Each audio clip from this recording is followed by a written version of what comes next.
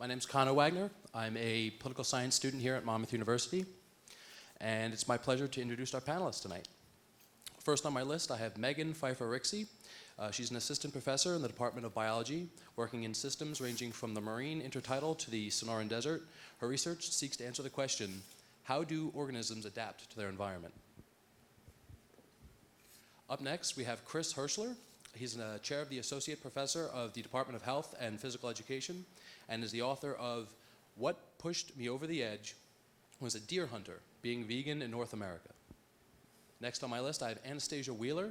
She's the supervisor of safari and animal training at Six Flags Great Adventure in Jackson and is currently teaching psychology of animal training for the Department of Psychology.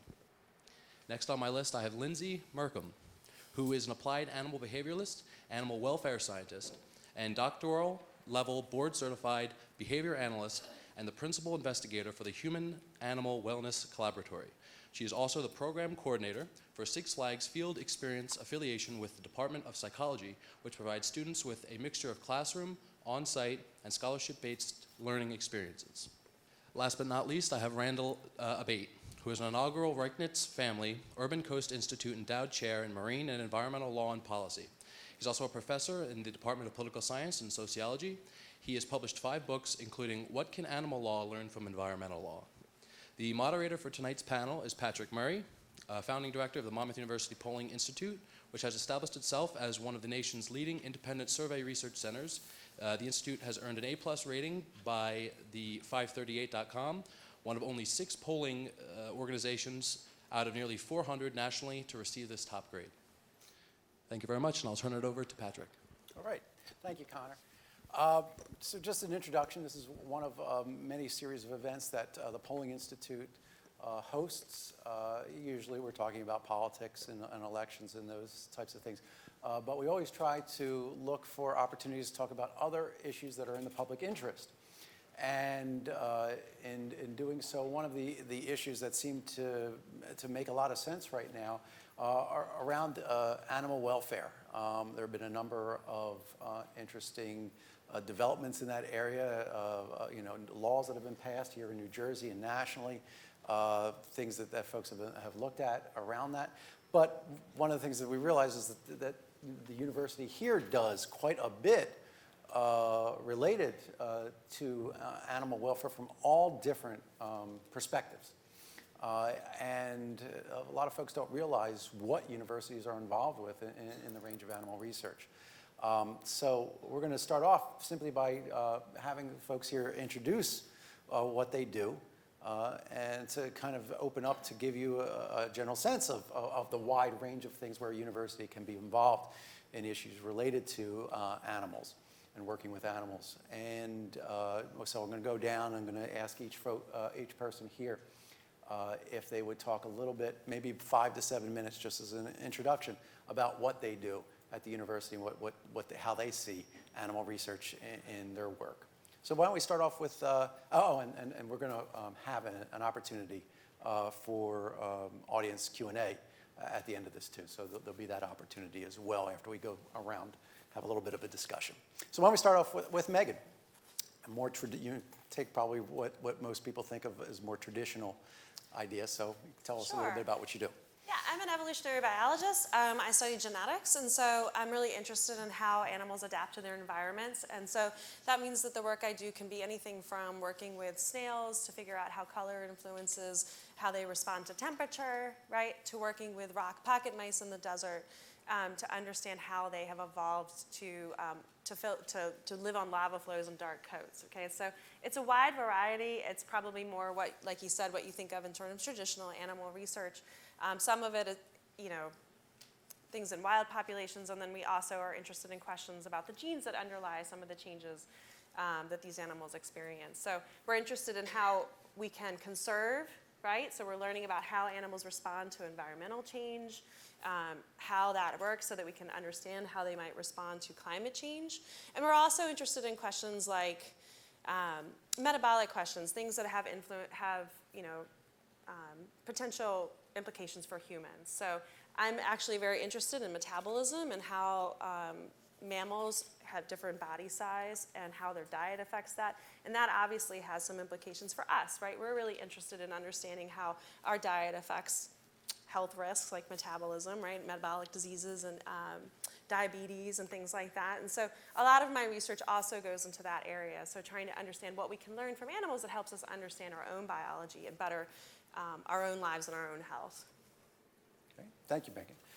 Let's go to Stacy next. Thank you, Patrick. So a little bit about myself. In addition to that, as you guys were saying, I am currently a supervisor of animal training and safari at Six Flags Great Adventure. I've been there for about 12 years. I've been in the animal training field and animal zoological fields at different facilities for about 15 years. So I think, thank you for bringing me on, talking a little bit about this subject. I was brought as a part of Monmouth University back in 2012, kind of creating the affiliation between Monmouth University and Six Flags Great Adventure, teaching a course on site at Six Flags, psychology-based. It was actually brought to my attention from a current employee, Dr. Lisa Dinella, that she saw a lot of parallels between what she was teaching in class and actually the shows that were going on at the park with our dolphin and sea lions there. So it started off small with programs, just a couple of students coming and learning from the trainers that were at the facility. And it has since then expanded in the last, since, like I said, 2012 being an actual course that was taught on site with now Dr. Lindsay Mercombe. So I've also been a part the last couple years teaching a course here on the animal training techniques and how animal training correlates to psychological principles. I also have a background in generalized teaching. I'm actually a New Jersey State certified teacher. So bringing that to the table to Six Flags, we've actually incorporated a lot of educational curriculum into a variety of different K through 12th grade and now collegiate level programs. We actually do free programs to the public, outreach programs for K through 12th grade as well, where we bring animals to high schools, to middle schools, and teach them about animals in general. And what we found is a lot of New Jersey State facilities and schools cannot pay for their students to come to the park. So we got a lot of feedback when we'd go to New Jersey Educational Association and different programs like that. They've come to us and said, hey, we can't get our students there. We would love to come see your giraffes, your elephants, and things like that. But our students don't have that capability. They can't pay out of pocket to do these programs.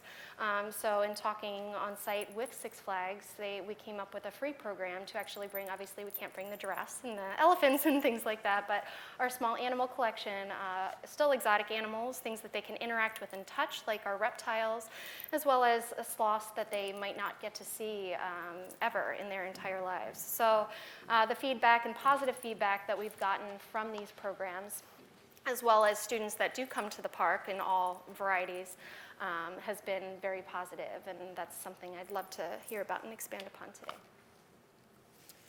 And Lindsay. Thank you. So I am an assistant professor here in the Department of Psychology at Monmouth University.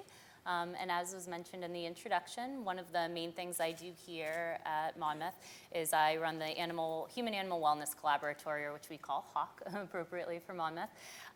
The focus of that lab is to study both human-animal interactions in a scientific manner, so understand how animals and people interact in society, but then to do what we call applied research.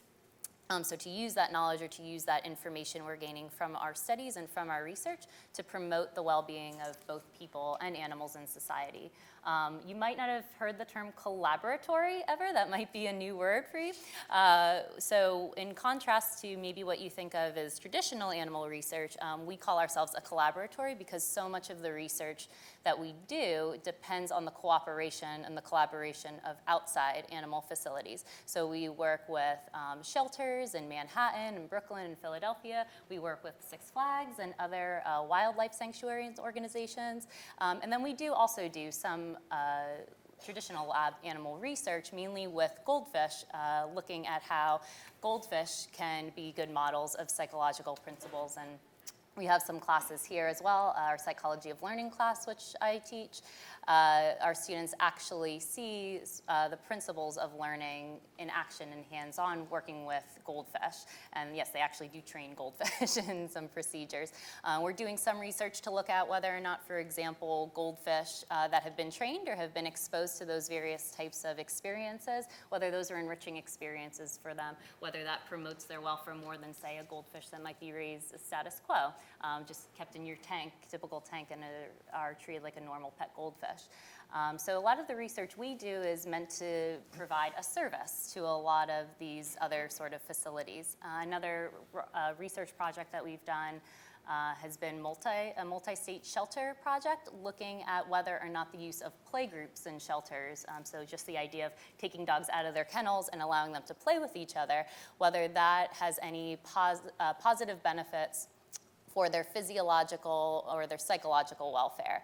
In a lot of these cases, these practices are being used in different facilities, but there's no data to back them up, or there's no evidence to figure out whether they're successful for, say, promoting animal welfare or promoting adoptions or promoting positive visitor interactions or anything like that. So that's a lot of what our lab provides in that kind of service. So it's a little bit different than what you might think of as typical animal research, but it's great. We have a great team from different majors as well as different years. And then finally, as Stacy was mentioning too, we work with Six Flags Great Adventure and Safari. We teach a variety of classes in collaboration with Stacy and with some of the other trainers there. So we do a spring field experience in animal behavior class where students have on-campus discussions about various psychological principles that they've learned about in other classes, and then they go out to Six Flags to see those principles in action. One of the cool things that our students have been doing the last couple of years is the students do scientific literature reviews on different enrichment procedures for different species. They then come up with a completely novel enrichment strategy or approach for an animal, propose it to Six Flags. Six Flags reviews it there at their facility, and then in some cases we're able to implement that if it meets all the criteria, but they're all evidence-based sort of procedures that we use there. And then also I help coordinate the summer internship programs that Six Flags has created for students at Monmouth, and we also teach a fall animal welfare research class. Again, that's more of an applied focus, looking at for students to be able to collect data on behavior and just to get some experience with a different type of research that they might not traditionally get in psychology. All right, thank you, Lindsay. And we'll turn to Randy, who I should note, if you can't see it from there, has rhinos on his tie. Very well, appropriately attired today. Thank you, Patrick. It's great to be here, both as a member of this panel and at this university. It's my first year here at Monmouth. I'm a career environmental lawyer and law professor. I've taught at 6 law schools prior to coming to Monmouth, and environmental law really was the focus of my career. In practice and in teaching, and I came to animal law somewhat recently, about 5 years ago, as another dimension of what I do, and I really enjoy the study of animal law. It's just a fascinating field for so many reasons. Just was really eye-opening personally to get a better understanding of how the law treats animals and doesn't protect them adequately. But also coming from environmental law, I saw a lot of connections between where environmental law was as a field and where animal law is now, and how environmental law can offer some valuable lessons for the development of animal law. And I also love how animal law is so interdisciplinary and reflects a lot of the interests that I bring to the area. First, the environmental background, but then I also teach constitutional law. There are many constitutional law issues involving animal protection. And last but not least, there's also several other areas of law that intersect with animal welfare and rights. And so even though I'm not an expert in those fields, I'm familiar with those fields. So teaching animal law in many ways is the ultimate course in law, because it cuts across so many areas. And it's also interdisciplinary outside the law. So for instance, I've already collaborated with Dr. Merkham on a possible course on animal welfare law and science, behavioral science, as a possible study abroad program in Australia next summer. So just the opportunity to collaborate within and outside the law just makes animal law a really exciting area to study. And climate change is another area that's a big focus for my research, and animal law is also a part of that because there's a strong connection between animal agriculture and our climate change problem, and also how, with climate change impacts, animals, wildlife need enhanced protection to ensure their well-being. So that's where I am on animal law. Thank you. And finally, so we've heard a number of different ranges of we're directly involved in areas of animal research, and then there's also the issues of ethics related to this, and Chris Herschler has done a little work around that. Okay. Thank you. So I created a course that's titled Anthrozoology, Ethics and Health. It's a first-year seminar, and anthrozoology is the study of human and non-human animal relationships. And so we look at a lot of different issues, including animal agriculture, animals in research, companion animals. It's a service learning course, so they spend 12 hours at the Monmouth County SPCA, just 2 miles away, and they socialize cats to help them become more adoptable. So it reduces their stress level, but it also makes them more sociable. So they're more interested in seeking out human attention and affection, and therefore they get adopted versus hiding under the covers. It also helps to reduce the stress level of students, which is a nice side benefit. I also teach a course called Guatemala Public Health. I just returned with 6 students, and it's mostly focused on human health. We spend a few days with women in a domestic violence shelter. We tour hospitals, but we also, this year we were scheduled to spend a day at a spay and neuter clinic. Sadly, I got a message right before we were to attend the clinic, and she said, we're canceling it. It was near Panajachel, in a village called San Pedro, and they had just poisoned over 100 dogs and some cats. And as a, hence the need for spay and neuter, but it's also the way animals are viewed there. It's really sad. I mean, even the animals that have a home don't really have what we would consider a home. So really kind of painful, but we do what we can, and we give a lot of animals love along the way as we were visiting different places. I also do research on vegan diets. That was the publication that was mentioned, but I'm also working right now with a student writing up research I've done with parents who have raised children on a vegetarian or vegan diet and what that experience was like, and also the children who are now adults about what that experience was like for them being raised vegetarian or vegan. So hopefully we'll get that out real soon. I also started an organization that's now called Plants for Peace. Originally it was Monmouth Area Vegetarian Society, and it was really modeled after the Rochester Area Vegetarian Society, or RAVS, so we had MAVs. And then Mary Harris, who runs it, she's in communication. She said, can we change the name? So I'm like, sure, go for it. She's been doing amazing work, so I couldn't argue against that. So we have a vegan potluck and a lecture, and we've had just some amazing international and nationally known individuals there. And I also have been a guest speaker for many years in the global sustainability course out of biology. And I have to say, I've gotten sort of more and more vocal, in part because it's not my class. But really because the growing seriousness of climate change, we know that it's man-made, and that diet plays a huge role. So I tell students, you're already in an advantage because you're at university, so that you have more burden to change. But taking a course like this, you have even more. So if you leave this class unaffected, we're doomed. Students in a class like that really have to be the change makers. And I guess just another note, I just got an email. I'll be presenting at the National Wellness Conference in Florida related to diets and the social dimensions of health. All right, thanks. So you can see the wide range of interest and research interests that we have just at Monmouth University, which there should be some hub that we create around this, and a lot of ability for interaction here.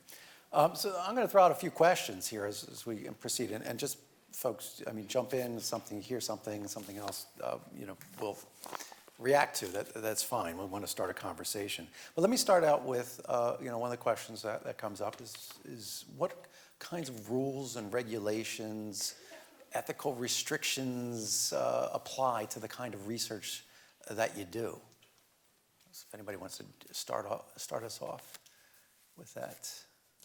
Sure. So This is a great question. So animal research is pretty heavily regulated, so if you're not aware of that, it definitely is. And there are different laws that apply to different research depending on what kind of animals you have and what you're doing with them.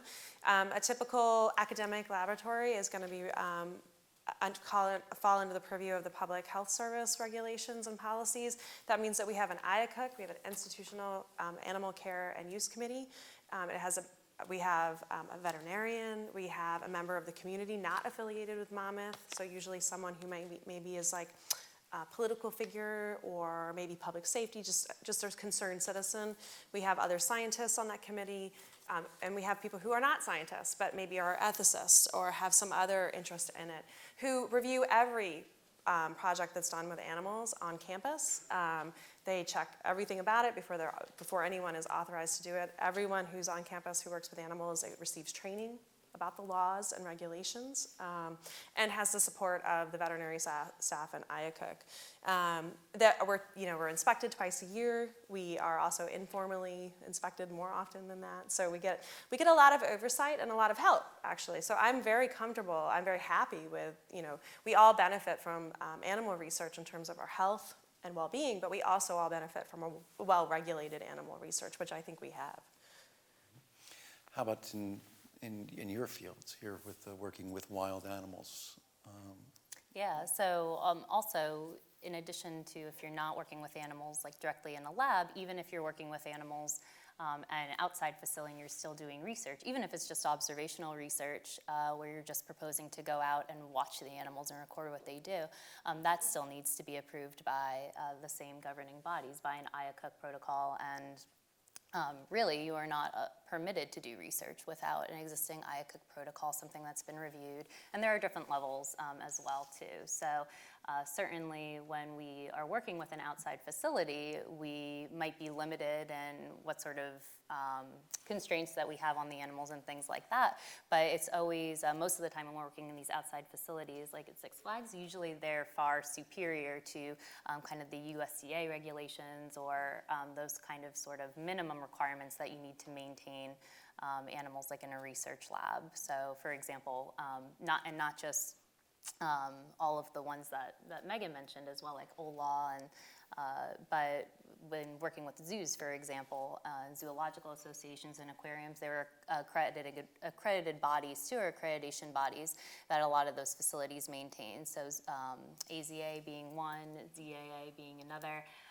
And those. And what do those stand for? AZA is American Zoological Association, and then Zoological Associations of America are two that are widely known throughout the United States as well as the world, throughout the facilities, zoological facilities. When I speak about zoological facilities, I'm kind of encompassing the aquariums, the zoos, and those types of facilities in general.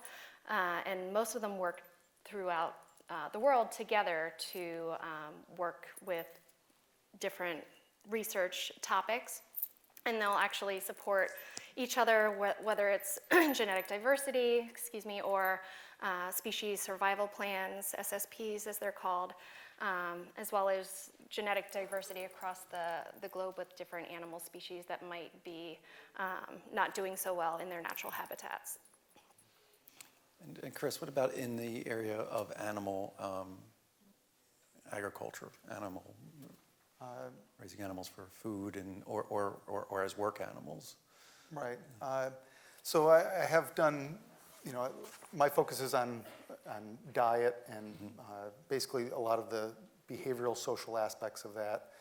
As part of that, I guess I will say that I did visit a farm in Wisconsin. I was at the National Wellness Conference when it was in Stevens Point, and I did visit a family farm, I guess. And not so much research related, but some field work, I guess you could say. And so I would say, what I talk about in the class, there's a difference between animal welfare and animal rights. So from an animal welfare, this particular farm, there wasn't a whole lot to complain about. They had a good life while they lived their life.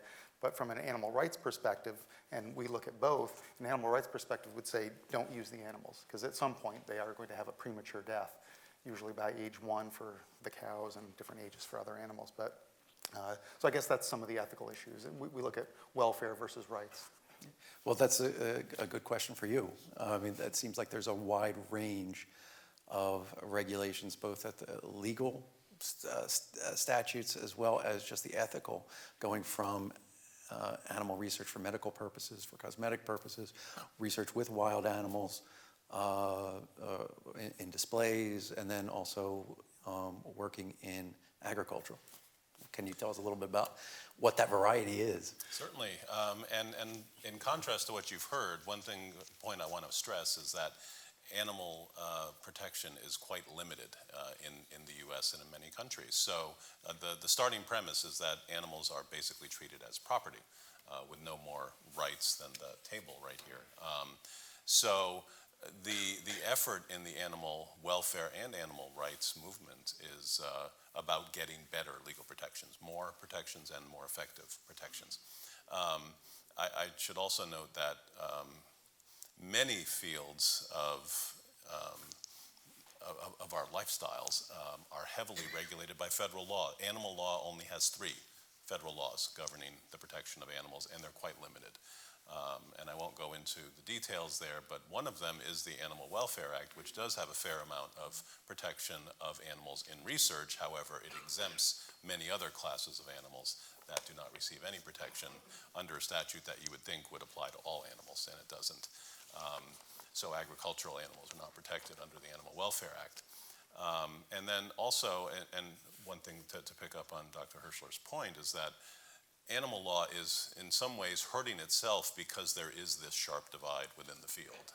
We have animal welfare activists and animal rights activists, and they don't get along at all. It's as if they're entirely different fields. So the animal welfarists are about promoting better conditions for animals in whatever situation they find themselves, whether they be in research or agriculture or in entertainment. The animal rights movement is really about not treating animals in any way that is about benefiting humans. So many animal rights activists you'll find protesting at all of these venues, whether it be in research or in entertainment or in food production. So given that those two parts of the animal law field do not work cooperatively, in many ways it's limited the advancement of animal law because there's a lot of conflicting objectives that aren't well resolved between those two fields within the field. Yeah, there's a lot more to say, but I think that's a good overview about the regulation pipe. Well, let's keep that going. I mean, what are some of the areas where you folks see and where you're working where there might be gaps, or there might be ways to better to improve those protections or not?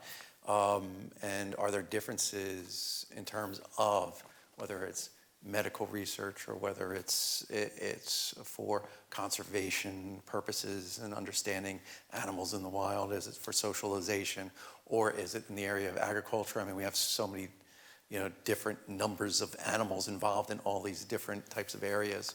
What do you see as the kind of the places where you would look and say, okay, this is an area where we're doing really well. This is an area where we could use some improvement.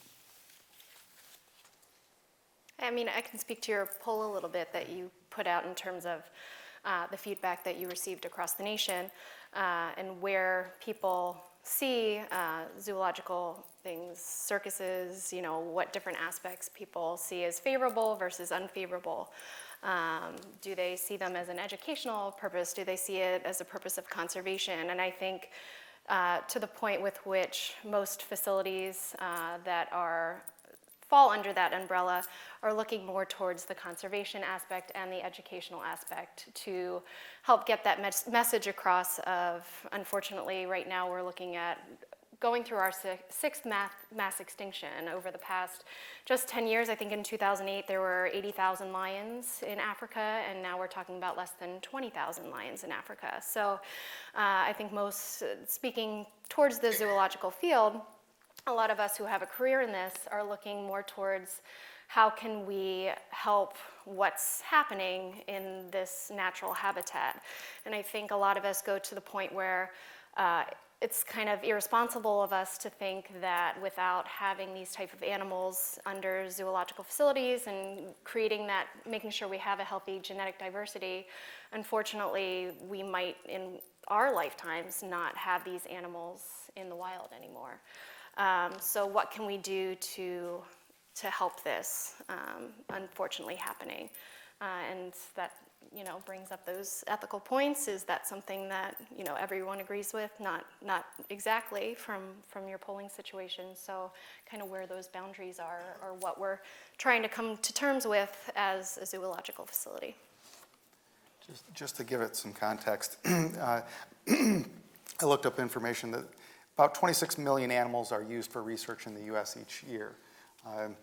About 26 million animals are eaten every day in the U.S. So 26 million for research in an entire year, 26 million eaten every day. And that's actually 36 million if you count fish. And so we are creating, just an enormous impact. Again, the United Nations states that animal agriculture contributes more to greenhouse gases than does all forms of transportation combined. So it's a huge driver of this mass extinction of wildlife. And I guess in terms of zoos and other forms of, that could be considered entertainment, I just think it's going to be difficult when we're following essentially a capitalistic model toward, like you've got to make money, you've got to bring people in for entertainment to fund that. I think we need to come up with a different funding mechanism for these forms. If we're calling it education, then maybe we fund it through education versus, getting, people paying at the gate.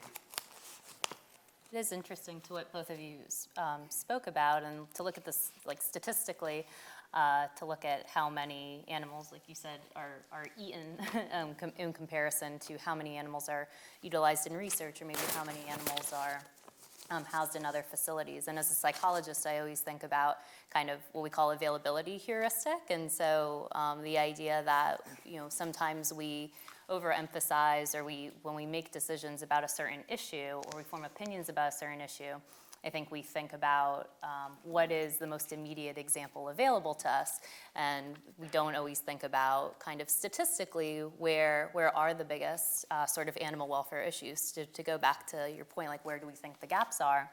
I do think it is interesting. It's just an interesting trend as somebody who has worked with in both academic fields and in both outside facilities, to see kind of concern about animal welfare being voiced in zoos and circuses and aquariums and things like that, when statistically I would say more of the animal suffering or more of animal welfare concerns, I think statistically would fall in a lot of other cases. So again, where animals are slaughtered for meat in some really inhumane circumstances.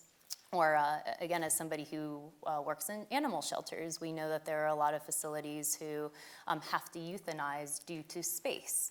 Not necessarily because that facility wants to, but because that is what they're limited to. And so I think sometimes when we talk about gaps in animal welfare, areas in which we can devote more resources or more investigation or more collaboration, to kind of look at those sort of settings as well, in those sort of scenarios. How about Megan, in your?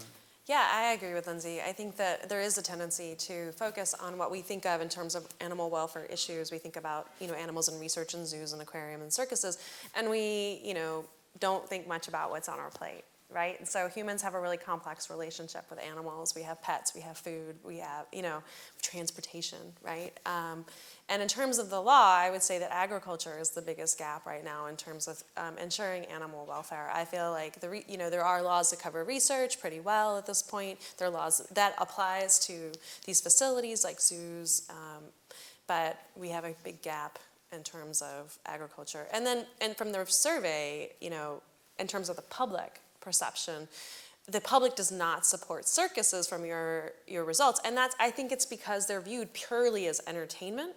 And also because they're sort of temporary and moving, the public perceives the conditions for the animals as substandard, which is what kind of came out in the thing. And I think that's something that is like evolving, right? So circuses are evolving in response to that. I suspect due to climate change, like you were mentioning, our relationships about agriculture and our decisions about are also going to be evolving, right? How we think about how animals are used for food is going to change. Well, the biggest gap as far as legal protection goes is this notion of legal personhood, and most people think I'm a radical by definition when I talk about personhood in the context of animals. So I need to give you some context for Well, that. if corporations can be persons, Thank you. why not animals? So there is precedent in our legal system that those that are not human nonetheless are provided this notion of legal personhood. They have rights, they matter under the law. So corporations would be one example of that. Ships are considered legal persons as well. And a very recent development that makes it more imperative to recognize animals with legal personhood is that outside the US, there's been recognition of natural resources as having legal personhood. So rivers have been recognized as being legal persons in New Zealand, in India, in Colombia. And there was an effort in the US to have the Colorado River recognized as a legal person, and that case was not only dismissed, but the attorney was threatened with sanctions for bringing that suit. So the US is not near where it needs to be as far as recognizing legal personhood. And so one thing that makes me very interested in studying environmental law and animal law is that both movements have had to be very creative to get the law to represent what they want to see protected. And so there's a very creative effort now in animal law to bring what are known as habeas corpus petitions. Again, this is very creative. This is criminal law. These are petitions that are typically filed to seek the release of a prisoner as being unlawfully detained. And so this cause of action is being used by an animal rights group now that is seeking the release of chimpanzees that are being held in captivity, and most recently an elephant at the Bronx Zoo.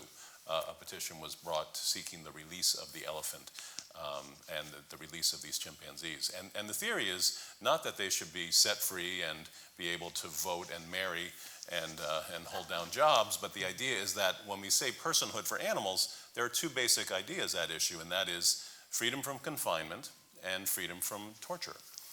So basically that seems to be a very reasonable way of thinking about personhood for animals. It's not about becoming human, it's about allowing the law to recognize that they matter and don't deserve to be unlawfully confined and unlawfully tortured. So we do have a wide range of anti-cruelty laws.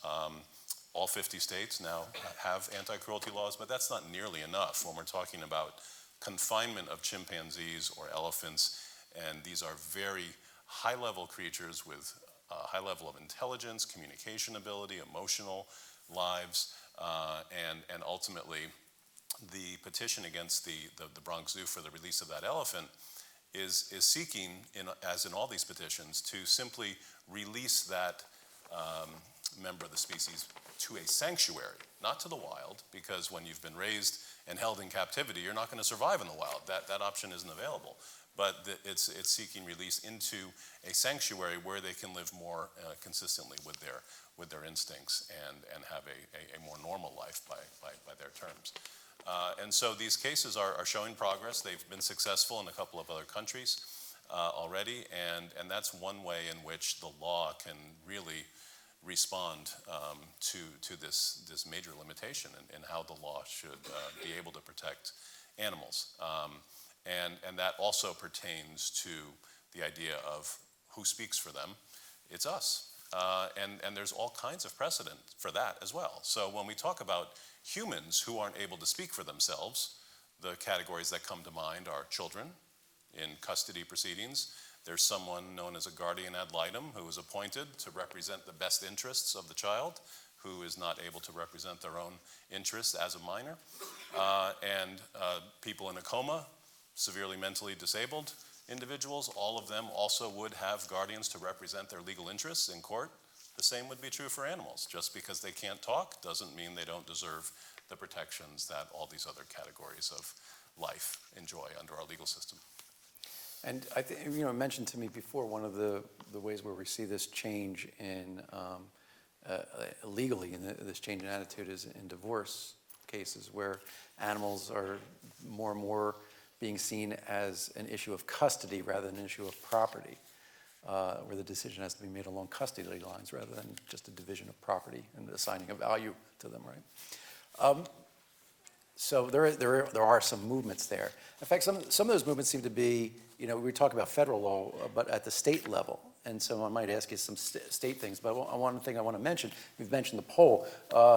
We did a poll, Monmouth University did a poll on some of these issues, not all of these issues, but on some of these issues, specifically looking at areas where animals are exhibited or used in entertainment. And one of the things we found is that a majority of Americans, 54%, would support banning the use of wild animals in circuses. And that is something that has actually come to pass here in New Jersey. And in fact, that has an impact.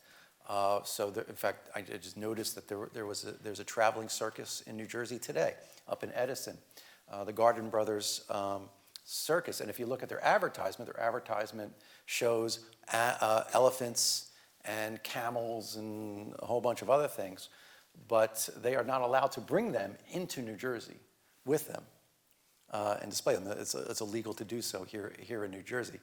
So I'm wondering how many people showed up at that, right, at the circus with their kids, and then the elephants aren't there. But my question on that is, how are there state issues that are impacting what you do, and what do you know about what's going on in other states that might have an impact? And that includes everything from what we're talking about, animals and exhibits, to medical research, to agriculture as well. Anybody aware of anything like that has an impact? One of the things I remember is, how many people remember the Tiger Lady in Jackson Township, right? So this is a woman who kept, in Jackson Township, New Jersey, who kept tigers, I forget what kind of tigers they were, on her property. And finally, the state stepped in and said, you can't do that. That's not acceptable. So it was a state law. This is one of the years where the state had to step in. It wasn't a federal violation of law. It was a state. They had to cobble together some sort of state violation in order to step in and deal with that. I can mention something at the local level, where a lot of animal regulation does occur at the local level. I can give one good example and one bad example.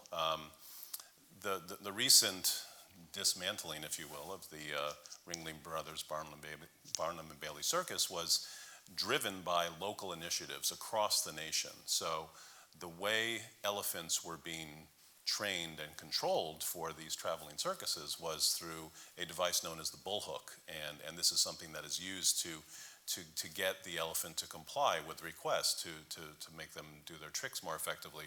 And across the nation, there were many local bans on the use of those bullhooks. So basically, you've got a traveling circus that's trying to go all over the country to do their thing, and they're coming across these local bans, town after town, city after city, and ultimately that left them with no choice but to discontinue the use of the elephants because of that grassroots local effort to take it into your own hands and promote improved animal welfare. So that was a huge success for animal law at the local level. The bad example is that many animals are misconstrued on multiple levels. And one example of that is pit bulls. So pit bulls are demonized in the media in many ways. They are selectively reported. You're always going to hear about a very vicious pit bull attack, particularly if it involves some defenseless child. And of course, that's a tragedy. But ultimately, statistically, it's been conclusively established that pit bulls are not more aggressive than other dog breeds. And ultimately, there are many breeds that are more dangerous. But it is pit bulls that are getting singled out in what's known as breed-specific legislation, which means that just by virtue of owning a pit bull, as opposed to another dog that may be capable of biting somebody, you are not permitted to have that dog in that town. And this has been challenged on multiple grounds, one of which is known as vagueness. And this is a very compelling argument, because if you are subject to regulation, you have to understand what you're being regulated for. And as a pit bull owner, and you live in a town with a breed-specific ordinance that says no pit bulls, the first question that arises is, how do you know it's a pit bull? And so there's a lot of information out there that it's very difficult to determine what is a pit bull and what isn't, both in terms of a visual assessment and also scientifically in terms of what breeds are actually constituting a pit bull under a given ordinance. And there are other arguments that are also made on the issue of equal protection, that this is just unfairly singling out a particular breed that is no more vicious really than any other breed. And ultimately, the better way to regulate this is on the basis of dog owner responsibility. It's not about what breed. It is about how the dog is managed by the owner. And ultimately, the responsibility should be on the owner if something goes wrong and not categorically exclude a particular breed of dog. So this is something that's happening in many local towns and cities throughout the country, and that's something that's been subjected to a lot of challenge. Is anybody aware of anything where New Jersey is a little different, or other places are different? You were about to jump in, Lindsay, so go ahead. Oh, I was just going to follow up on the issue of breed-specific legislation, too. Okay. You had also asked how that impacts the science, or how we've seen that reflected in the science, and there have been some interesting studies about people's perceptions of adoptability based on what they perceive that dog's breed is. So there was an interesting study that came out of our lab, or my graduate lab rather, I should say, but where they showed participants literally the same dog, like one group saw the dog and the other group saw the same dog, but one group saw a dog that was labeled a pit bull, and that other group saw an image, the same image, but the dog was labeled like a boxer mix. And same dog, but people, even in those sort of controlled sort of designs and settings, are significantly less likely to adopt the dog that's labeled as a pit bull. So that's a really good example of how I think science, that particular study was picked up by the media a lot. And now a lot of shelters are removing breed labels from shelters as a result of that. So if you go into some shelters, you might look on that kennel card and see, kind of try to see what kind of breed you think it is. But as a result, a lot of shelters, if you don't see a breed label, don't get frustrated that you don't know what breed they're given. It's actually scientifically a better way to increase adoptability of dogs in shelters for sure, because breed-specific legislation has had a lot of far-reaching implications that haven't been good for animal welfare. Well, that's a good question. Nobody might know the answer to this, but this goes more to the agricultural stuff, which is free-range eggs, and the animals that were allowed to roam in pasture, or those kinds of things. Is that having an impact economically or legally, or any of those things? Anybody aware of any of that? I guess my quick reaction would be that it still accounts for a very small percentage of the animals that are raised. And even then, there's, if you have, 10,000 chickens, you might provide them with, 100 square foot of space. Most can't get out anyway, and it's a limited amount of time, and so you can still say it's free range. So there's a lot of loopholes, and they're still meeting the same fate pretty early in life. But so I would just say it's not a significant part of the market either. There's another concern on that regarding the double-edged sword of a well-informed consuming public, and that the private sector is aware of that. And so there was a suit that was brought against, I believe it was Purdue Chicken. They were claiming that a certain kind of their chicken was humanely raised, and that's what the consuming public wanted to hear. They're willing to pay a little bit more if they knew that their chicken was humanely raised as opposed to traditionally raised. And they were called out on that, and it turned out that it was the same production process for the humanely raised label that you paid more for as compared to the traditionally raised chicken, and they were called to task on that, and were held responsible and paid damages for that deception. And of course, that's gone on in the environmental sector for a long time. That's known as greenwashing the public to get them to buy something that's perceived to be an environmentally conscious choice, when in fact it really may not have any significant difference from a traditional product. The other issue is verification of the claims. So for instance, organic is something that attracts consumers as well, and that also has implications in terms of animal dimensions of this practice. And again, there's very limited oversight of verifying what is considered to be organic and what isn't. So there's a limited amount of inspections to verify that. So this seems to go back to the idea that there's a lack of standards that apply, that are different than what apply in the work that you do in medical research or in conservation research, or is that you can call free range anything you want because there's no standard about what that actually means.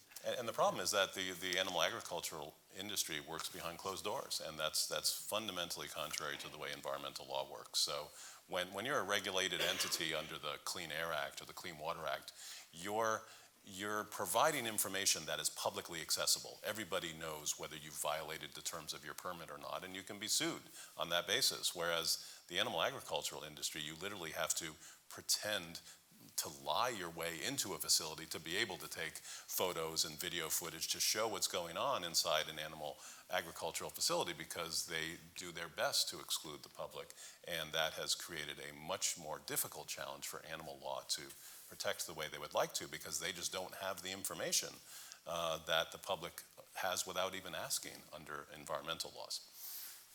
Okay. Yeah, Chris. I guess I've got a question maybe for the panel too.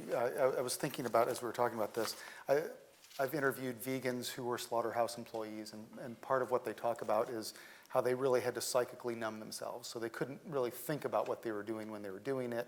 They became quickly desensitized. And in terms of research, I think there's a spectrum. There's, at one end, there's doing enrichment for dogs to make their lives better. At the other end, maybe it's chemicals in the eyes and a pretty quick death. And so pretty horrible life, short life. And I would think that those who are involved in research would also have to do the same thing. They'd have to psychically numb themselves, not care. And even if there are laws that are in place to protect, if the person themselves who's overseeing the animals, having dominion over them, is in a state where they have to psychically numb themselves, how can that ever produce something that would, not harm animals? So I'm just wondering, and again, we do all sorts of research here, so I'm just wondering. Yeah, and I should say, and not to make that too harsh, I'll take that metaphor or analogy in a slightly different way. I mean, even in the work that many of us do in other areas of our lives. I mean, I deal with the political world all the time, and I have to numb myself to the political world in order to be an objective observer of what's going on. So I think that makes a lot of sense. Yes. I think, like you said, a lot of professions have to deal, like veterinarians have to deal with a lot of mental stress, doctors have to deal with a lot of mental stress. Then at least in animal research, I think one of the good things is that there's a lot of education available. And so they do a lot of research on what's the best way, what's the best thing for the animal. If you are euthanizing animals, what's the best way to do the euthanasia? So you get support in terms of education, and that really helps for the investigator, right? So they know that they're doing this in the right way, they're trained to do it in the right way, and they have a good justification for what they're doing, right? So we've gone through the whole process of being approved and seeing that the study that we're doing is worth what we're doing. And so I think for me, that helps a lot in combating sort of the fatigue of that kind of situation. But there's more, always more to be done for any of those kinds of jobs, right? Stressful, traumatic, sort of really in the mess of life, right? Yeah, I guess it's the same if you were an ER surgeon too. You have to numb yourself to that, what you're dealing with there, and making decisions that are life and death, whether you can save somebody. Let me change a little bit and ask you some questions about, like, how do you educate the public, outreach to the public about what you do. And let me give you I'm going to just read some more information from the poll that we did. Now, we are focusing, again, on publicly exhibited animals. But one of the questions that we asked was about a bunch of different places where animals are shown, and whether the public feels that the main purpose of doing that is just to entertain the public, or really to educate the public about the animals. Now, we asked it about circuses, and clearly the vast majority said that's all about entertainment. But when we asked about other different facilities, we got a range of responses. So when we asked about marine animal parks, those with the dolphins and the whales and the seals, 54% said that were mainly just to entertain the public, 21% educate, and 14% said both equally. Safari parks, it was a little bit more balanced. 44% though still said entertain, 27% said educate, 16% said both. Zoos were similar to safari parks, 43% mainly to entertain, 32% to educate, and 19% said both. And by the way, there's a copy of this, the report on the table out there if you didn't receive it on your way in. And then aquariums, which were more divided, 39% said entertain, 35% said educate, and 19% said both. And with aquariums, I'll point out that we had on the west coast of the country, a majority said that they were there to educate. So they have a different view of aquariums even out west than they do in the rest of the country. But you see, from marine parks down to aquariums, there's a range of what people think that they are actually doing in terms of educating the public about the conservation and protection of these animals. So how do you deal with educating the public on with what you do? I think speaking to Six Flags in particular, and Six Flags Great Adventure, we're a unique facility because people know Six Flags for the roller coasters, and that's what people mainly go for. And being that Six Flags has the safari that's now integrated into the theme park, we get a lot of individuals who don't even know that the animals are there. So in terms of how we handle those types of situations and how we kind of hone in on the education and conservation message that we have, one of the reasons a few years back we actually incorporated the safari into the theme park was to get that education out there. So we actually have tour guides that go through now with our guests instead of guests driving through themselves in kind of the safari aspect. So you get an individual tour guide that drives around with you to educate you about the over 70 species of animals that we have on site. In addition to that, I think, kind of speaking to ethics a little bit too, and what you were talking about in your class, like people leave because they have a better knowledge and understanding of that. So I think a lot of people kind of get an understanding and a passion for animals based off of the fact that they have this connection or this experience to these animals. So being that, like I spoke to before, not a lot of guests that are coming to the park necessarily have the mindset that they're coming in to experience this. It's kind of capturing that attention from them and trying to get what you can in terms of that 40-minute experience that they have on the safari, making sure that they make that connection with the animals that we have there so they gain that better understanding. And conservation is definitely a huge part of what we try to entail in when they come to experience the safari itself. So it's kind of getting that message and making sure they make that connection so they have a better understanding of why it's so important. And you mentioned this, Stacy, but just want to underline for those of us who have been around long enough and went to Great Adventure the year it opened. What was that, 1976, Yeah, 5, 76, 7, somewhere around there. Yeah. And the days when you would just drive your car right into the park, right through the animals, you don't do that anymore. You have to book with a trip that's guided. By, so you have somebody, Personal tour guide, yeah. personal tour guide in the park, and you stay together with that person. So that's a change in how they've operated. Megan, you wanted to jump in with where? No, I just think the other thing that's pointed out is that's public-facing education. So if the public sees that, and I'm also with your school groups, but there's also a deeper layer to that a lot of institutions are doing. They're supporting research, right, for conservation. So I think there is an appreciation from the public and an awareness that these kinds of facilities are putting more resources into conservation and into research. And the example here is just the collaboration that you have with Monmouth, right? So this is another aspect of how we're educating the public and integrating a real goal of conservation for species. Why don't we turn it to the audience now and see if we do have any questions out there for any folks who want to ask something. Don't be shy. I've got a couple more things I can ask too, but I figured give some time there. Thanks for being here tonight. This is a fabulous discussion. My name is Loretta Windus, and I am the senior member of the Matawan Borough Animal Advisory Committee, and I'm also a volunteer for the Humane Society of the United States. And I wanted to address this question to Professor Abate with regard to the discussion that there are gaps in animal protection. For example, the Animal Welfare Act It does not cover certain animals, among which would be rats and mice and other small animals, unfortunately. A parallel to that is that New Jersey's Title IV does not protect wildlife. And in light of the bludgeoning of a raccoon in Lacey Township some weeks ago, I wanted to get your take on how this could be changed. In other words, how can we bring wildlife under the umbrella of Title IV in this state? That's a very good question. Thank you for that. There's a lot of different angles on this. First is just a general concern within animal law that the cute creatures get more protection than the ones that aren't cute.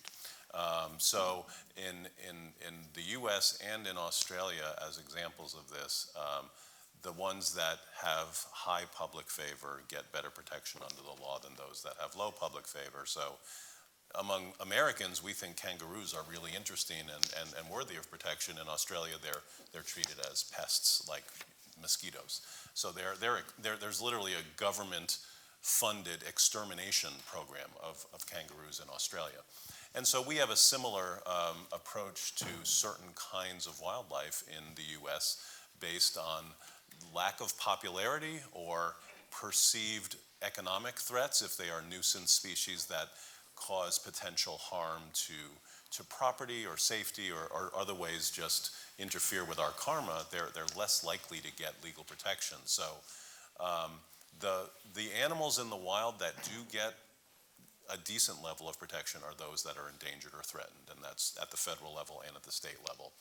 The next step would be those animals that are not endangered or threatened but are nonetheless worthy of protection under the law because they are wildlife, and we need to protect our wildlife. We have systematically exterminated wildlife as humans for centuries now, and it's creating a huge problem of biodiversity and ecosystem integrity. So for no other reason, whether we think they're cute or see them as some kind of threat, there has to be, and I think more so than ever in the climate change era, and this is a recent book project that I've been working on, every challenge is also an opportunity, and climate change is the challenge of our time.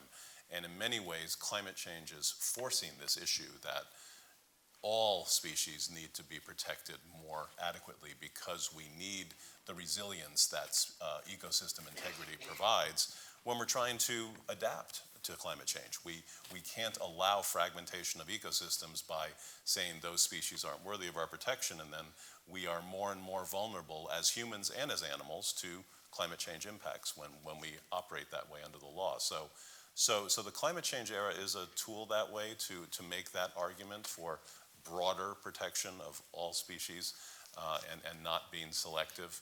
And the other is just public information. I mean, it wasn't until I taught animal law that I became more aware of how intelligent some species are. I had no idea that pigs that are slaughtered with impunity have the intelligence of toddlers, and they're among the most intelligent animals out there. And I didn't know that until I taught animal law. And so there's just a lot of public information that needs to be conveyed on what is worthy of protection and why. And I think that starts at the grassroots level. That's where we're seeing the most gains, at kind of one county at a time, one state at a time. California is leading the way on this notion of companion animals rising to the level of being members of our family. They're considered family members in California. So it has to start somewhere, and New Jersey can be the leader on this notion of protecting all wildlife because we're all in this together, and we need to be as resilient as possible in the face of climate change. I'm glad that you brought up the pit bulls and the banning of certain breeds. There is some data out there that insinuates that the banning of pit bulls in particular is also linked to racial bias, because in some areas they are owned more likely by blacks and Latinos. And so that racial bias is then also attached to the actual animal. And so I've found it very interesting that, I'm a criminologist, and didn't expect to kind of hear anything that would hit home with me. But when we got to that, I was like, clearly there's some kind of connection in certain areas where they're deciding to ban that particular breed. And if you want to add anything to that, I'd appreciate it. Thank you very much. Be happy to. As a matter of fact, I'm working on the second edition of the book, What Can Animal Law Learn from Environmental Law? And one of my areas of passion within environmental law is environmental justice. So the idea that environmental law isn't just about protecting the non-human environment, it's really a human rights issue as well. And climate change illuminates that more than anything. So with this issue of breed-specific legislation, it was just a few weeks ago when I was working with a contributing author for this book that I became aware of this connection, and I should have seen it because I do this environmental justice and climate justice work, but I started researching it more, and it's absolutely the next big thing as far as I can tell. That certainly there was the beginnings of it with Michael Vick and all the negative publicity that was associated with pit bulls and his mismanagement of them, but ultimately where there were these breed-specific ordinances, there is this direct correlation to some studies were doing that it was so sinister that where there was an uptick in African American and Hispanic populations in a particular city, that's when these ordinances came into place, which shows that it is not just about the dogs. So, I mean, that data is really shocking, and I think that it's likely good for both entities in the sense that you've got a movement that's not typically protecting you, helping you now. So the dogs have the civil rights activists on their side, and the marginalized minority populations have animal activists on their side. So I think it's a good outcome, although it's a shocking problem. In the back. Doctor, my name is Russell Citro. I'm the Chief Humane Law Enforcement Officer for the Monmouth County Prosecutor's Office and Executive Director for the Monmouth County SPCA. I wanted to address the lady from Matawan. Under Title IV, every animal is protected under Title IV in addition to wildlife. What the difference is that there are certain regulations under Division Official Wildlife that address wildlife on a different issue than in animal cruelty. But the SPCA, being the chief law enforcement agency within the state that enforces Title IV, is responsible for all animals across the board. If an animal is cruelly abused, whether it's wildlife, domesticated animal, domesticated farm life, it certainly falls under the protection of Title IV. Now, what you're referring to in Ocean County with the incident with the raccoon is a decision from the county prosecutor's office and the Humane Law Enforcement Division whether or not it was a prosecutable case. But certainly every animal falls under the protection of Title IV in the state of New Jersey. We've been the leader across the state, and of course, in the United States, New Jersey has really been a forefront leader in animal cruelty law enforcement. Thank you. Excuse me. Yes. If those children had bashed in a BMW, they would have been prosecuted. Again, it's a matter of the prosecution or whether or not it falls under Title IV, but the question is that it does fall under Title IV, and it does fall under the protection of them. Was it Monmouth County, was Ocean County, their decision to prosecute entirely up to their jurisdiction. But just for the forum to know that under Title IV, animals, whether domesticated wildlife, domesticated animals, or domesticated livestock, falls under that protection. So, thank you. Okay, thanks. There was another question in the back there.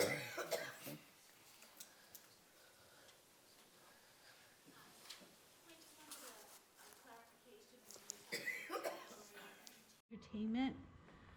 Does that include race horses, rodeos, animals used in art and fashion? Because I would imagine that would encompass the category of entertainment. Yeah, I mean, we didn't talk about that, certainly. So we have racehorses, racing dogs. That's one area that we haven't addressed. Is there any type of regulation specifically for those?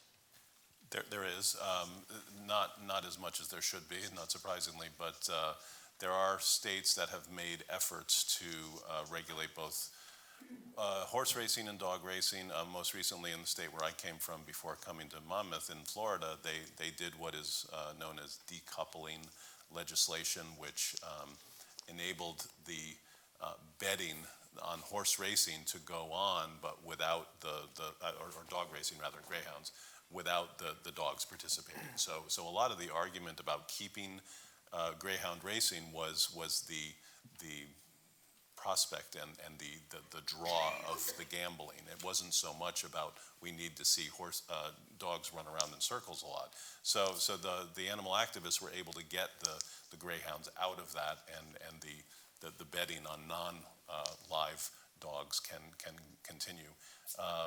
On the issue of fashion, art and fashion, that isn't something that, to my knowledge, animal law treats as an entertainment issue. Certainly rodeos is another example of animals and entertainment, and also regulated, but not to the level of, to the degree to which that animal activist would like to see. Go ahead, Chris. I'll just add that I would say horse racing is brutal. You know, lots of horses break their leg, have to be euthanized, and there was a case, Barbaro, very famous horse, had to be euthanized, and it was right around that time that people learned in the U.S. that about 100,000 horses a year were being sent for slaughter for food, mostly to be exported to Europe. A lot of those horses were shipped to Canada and Mexico.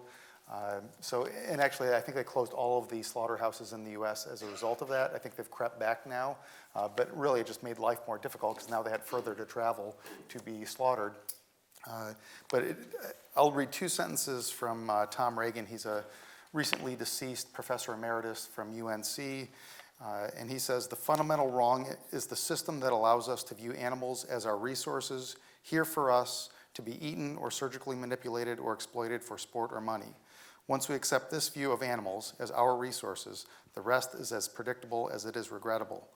And I think as entertaining as dog racing or horse racing might be, you know, the animals are going to suffer. There's just no getting around it. And so you look at so many different areas, and I think if we need to, I think, connect more with the individual animal. I'm reminded of the starfish story, little girl on the beach tossing in starfish, and this old man comes along and says, you know, "What are you doing? You can't save them all." And she said, "Well, I saved that one." You know, so I think the more we connect to individual animals, that'll probably direct us in the right direction, in my view. Well, let me, if I can broaden this just a little bit. You know, we've been talking about the intelligence of animals and different pigs and so forth, and that it's culturally unacceptable here in the United States to eat horses or dogs, but it is culturally acceptable other places. And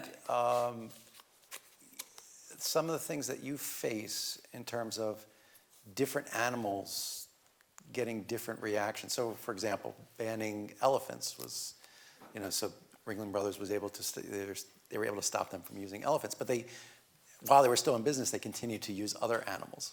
You know, so like the elephant was the outcry. So, like, do you have different reactions to different animals that you use, different different species that you use, both in terms of the negative reaction that you get, also the positive, like the ones that spark more public interest in the conservation of those animals as well? Yeah, I was just thinking, like, I think that the poll really does reveal that, you know, people are less comfortable with animals for just entertainment, and they are more comfortable with settings that involve research and conservation and education. And that reflects in the way that you're talking about different animals, but also our different relationships that we have with animals, right? And there are different, our law reflects that too, as Randy was saying, that we have different, because of our different relationships with different animals, there are different standards for different types of animals like elephants and non-human primates, right? And so there's also different regulations for those animals. So we treat them differently based on what we know about them. But you know, the other point I'd like to make in all of this is that we know these things about these animals because we've done a lot of research on animals, right? So we're learning more and more as a society about their pain. We're learning more about how they interact, like what's good for them. What we thought was good for some animals, we learned wasn't good, right? Because we're not that animal. So it takes research like what Dr. Merkham is doing to help us sort of sort all of that out and you know, treat them in a more humane way.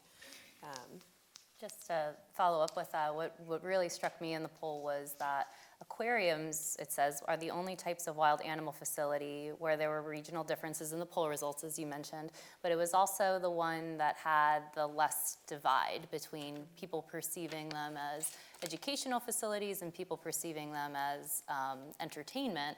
And so that was kind of interesting. Why is that? And we actually discussed this poll in my field experience in animal behavior class just earlier this afternoon, and was asking my own students, why do you think this is? And it is interesting when you think about kind of the emotional experience of a fish, right? And up until recently, it wasn't until recently that science kind of came out that fish can feel pain in some cases, and until then, people hadn't considered that. And when you do think too in the teaching of the goldfish laboratory, learning laboratory class that I mentioned, my students all have to take a species knowledge assessment before they can even work with the goldfish. So they have to read information, read research about them, and we came to learn that goldfish can live, like your typical goldfish can live like 10 or more years. And if that's shocking to you, it may be because we typically think of keeping goldfish in these tiny bowls and without a whole lot of filtration and all of that. So then when you go and see those animals in aquariums, in these big expansive facilities, you might think, oh wow, that animal has has great welfare, or you might tend to think of that facility as being less for your entertainment and more for education. And so we were also kind of discussing and they're less charismatic, right? Yeah, we and they're see less fish more as charismatic. food, and they're not surrounded by them all the time. We don't have the view of them that we have for cats and dogs and companion animals, so we have a different relationship. And it definitely influences public perception as well. I also think too, in thinking about this, that just because the perception is that those facilities are more about, just because the perception is that those facilities are more about education or entertainment than education, doesn't mean that that's true, right? That there are lots of facilities now who do use education, do have signs posted, do have people employed specifically to educate, but it may be, and we wonder sometimes, well, animals are kind of entertaining to us. Even if you're going to a location to be educated, you're going to a museum, they are just maybe inherently entertaining to us. You're saying that fish are boring. Yeah. Maybe. But I do think that can be a powerful vehicle as well if you're really using entertainment, as we do say sometimes, as a vehicle for education to draw people in or to help people make those connections that we're talking about that you might not have otherwise. Yeah, I obviously no expert in this at all, so it's based on what I've read, but we have this interest in tigers and elephants and giraffes, and we see them as exotic. We can interact. We could see how they interact as majestic creatures. But one of the biggest threats to species diversity is extinction among insects, and as that affects our environment, climate. Am I correct in what I read there? Right. So, and nobody's saying let's save the cockroach or whatever it happens to be that is going extinct. There are some ecologists that are working really hard on that. But getting the public on board right, with to that. get the public on board. And there's some really great people who work in science communication that are trying to educate the public about how important things like insects and fish are. So they're not charismatic, but they are really important to our ecosystem. And if you're interested in that stuff, there's tons of people who are out there, putting the pictures up every day, explaining how those animals are important. Same thing with the reptiles, right? Reptiles don't have a good reputation with the public, right? People are afraid of snakes. There are a lot of researchers and scientific, educators that are out there trying to help the public understand how important those organisms are. But it is a hard job, right? Pandas are really cute. And they don't bite, or at least not often, right? So. In terms of zoological facilities, like you said, there's a lot of species survival plans, even for the cockroaches and the frogs and amphibians that people don't really associate with as much, as you said. However, they do have release practices where they're actually increasing their numbers in the wild because they know that they're going extinct in these facilities, even though the general public might not know it. Another challenge. I think we have time for one more question before we wrap up here. We'll take We'll take two. Two more questions. So in terms of wildlife conservation, how would you suggest that the concerned public get involved? I know there's a lot of wildlife or animal rehabbers that are making a big difference, but if you were to talk to everybody in this room, I'm sure there's a lot of able-bodied people in here that are willing to make a difference. Where do you start? I guess with your plate would be my... We probably all come from, we all have different specializations, so I think we would all probably think of different answers where we're like, oh yeah, definitely here, but I think we'd all probably agree with each other's perspectives, so. So, couple, so Chris, with what you eat, that's one way to start. What other ways would you, I mean, looking at what you do, what other ways would you think would be successful? There's just so much need. I would just say follow what interests you, be passionate. Sometimes when I'm talking about health in developing countries, students say, well, we need to worry about people in the U.S. And I say, what are you doing for people in the U.S.? And usually it's nothing. So I would say start with something. What are you most interested in? Follow that passion.